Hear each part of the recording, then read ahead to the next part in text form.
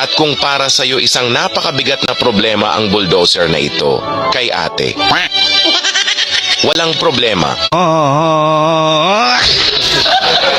Kung may pera na naging bato, ito naman, ulam na naging apoy. At alam mo ba kung bakit ayaw tumawid ng asong ito? Dahil sa mga ito. No. Ikaw ba naman salubungin ng 1,000 kamlot? Tatawid ka pa ba?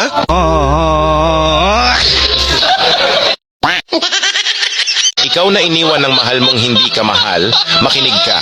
Una sa lahat, huwag mong isipin na katapusan na ng mundo at talo ka na.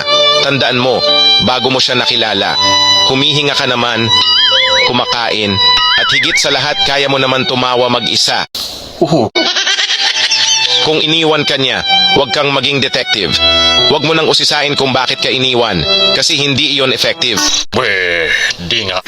Sa halip, alagaan mo ang sarili mo. Kumain ka ng maayos, matulog ka ng sapat, at kumain ka ng masarap na adobo.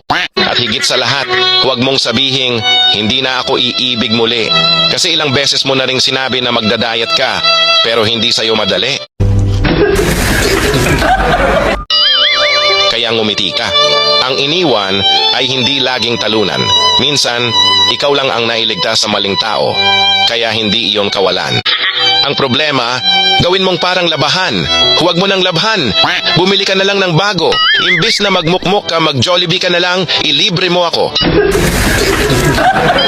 At least, nakalimot ka na sa problema, nakatulong ka pa sa ibang tao. Ito yung kasama mo sa bahay na. Sleep ng sleep, kain pa ng kain. Kaya ganito itsura niya. Natutulog habang kumakain. Ano yan, Ming? Eat all you can while you are sleeping? Siguro nang huhuli rin ng daga ito habang natutulog.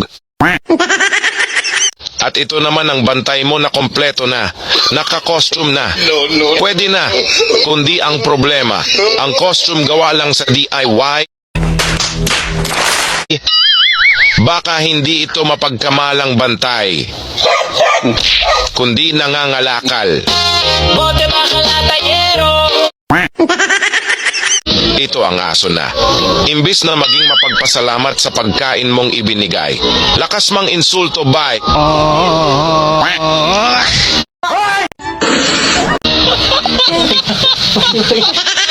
Gusto niya lang kasi sa buhay, Pampers na may nakalagay.